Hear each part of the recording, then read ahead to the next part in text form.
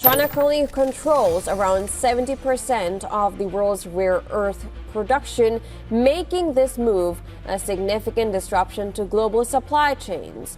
From 2020 to 2023, China accounted for 70% of the U.S. imports of rare earth compounds and metals. President Trump threatening to slap China with additional tariffs. U.S. President Donald Trump has threatened an additional 50% tax on Chinese goods if Beijing doesn't drop its 34% retaliatory tariff on U.S. products. China announced this morning that from next week they will be imposing 34% tariffs on all U.S. goods from April 10. Now, China, the dominant global supplier of rare earth elements, has escalated its economic influence by imposing new export restrictions on critical materials. Imagine a world where the technology you rely on every day, your smartphones, computers, electric cars, and even your military equipment, suddenly starts to lose its power. Sounds like a dystopian future, right? But this could become a reality if China decides to cut off rare earth exports to the US. With China holding a dominant position in the rare earth market, such a move would send shockwaves throughout the global economy. Rare earth elements are the backbone of many modern technologies, and without access to these crucial materials, the American economy could face a severe disruption. So, what happens when the world's largest supplier of rare earth elements decides to take away its goods?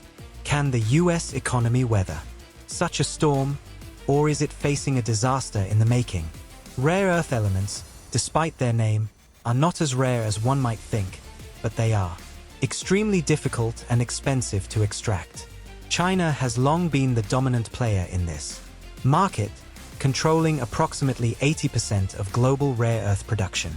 These minerals are essential in the creation of high-tech electronics, renewable energy technologies, military systems, and a multitude of consumer goods. So, why would China make such a bold move? The reason lies in the increasing trade tensions between the US and China, especially with the growing demand for electric vehicles, 5G technology, and other advanced technologies where rare earths play a vital role. By restricting exports, China would not only cripple the US's access to these materials but also gain leverage in the ongoing economic war between the two nations. The question on everyone's mind is, how dependent is the US on these minerals, and can the American economy find a way to survive without them? If China were to follow through with a ban on rare earth exports to the US, the impact on American industries would be immediate and profound. Manufacturers in sectors like electronics, automobiles, and defense would feel the pinch as production delays and higher costs begin to ripple through the supply chain. Companies that rely on rare earths for everything, from smartphones to military-grade technology, could be forced to halt production or search for more expensive, less reliable alternatives. The price of goods could soar, leading to inflation and a potential slowdown in innovation, especially in critical industries like renewable energy. The US government would likely seek alternative suppliers or push for the development of domestic rare earth mining, but that could take years, and the global supply chain would be disrupted in the meantime. So, while the US economy might not collapse overnight, the short and medium-term effects could severely disrupt many industries, impacting consumers, businesses, and national security. In response to the growing threat of a rare earth embargo, the US might attempt to diversify its sources of these critical materials. Countries like Australia and Canada possess significant rare earth reserves, and efforts have been made in recent years to expand mining operations in these regions. However, China's dominance in the supply chain isn't something that can be undone overnight. The global market for rare earth elements is not only about supply but also about processing. Most of the world's rare earths are refined and processed in China, and building that infrastructure elsewhere is a massive undertaking. For the US to truly reduce its dependence on China, it would need to ramp up both mining and processing capabilities, an endeavor that could take decades to fully materialize. This leaves the US in a precarious position, as even if new sources of rare earths are found, it could still be years before they are a reliable substitute for China's dominant role in the industry. Aside from sourcing rare earths from other countries, the US could focus on recycling rare earth materials from electronic waste.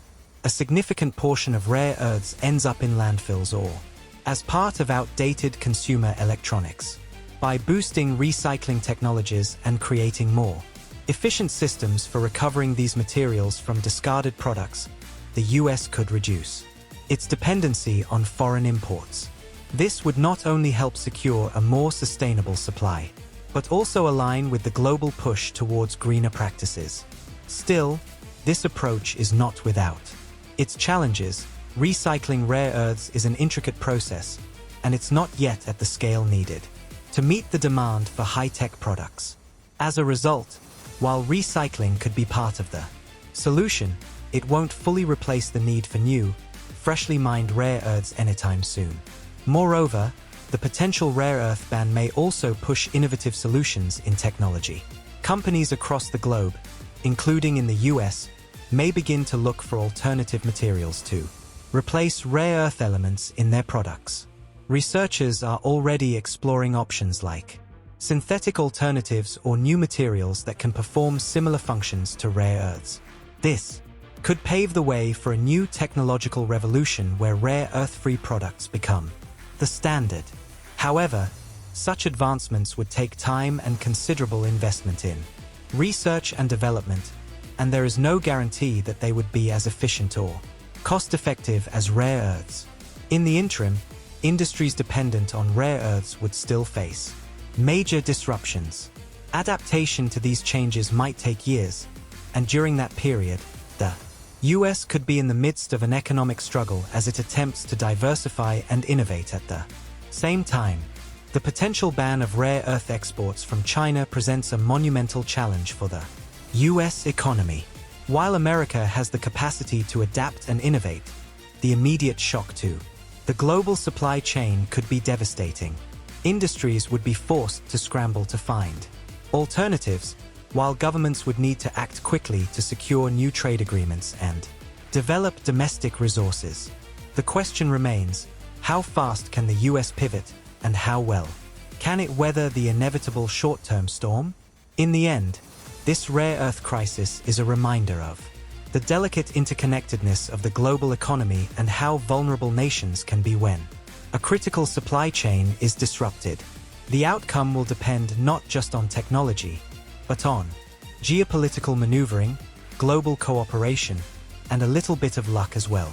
One thing is certain, the effects of this ban will reverberate for years to come, shaping the future of global trade, technology, and international relations in ways we can only begin to imagine.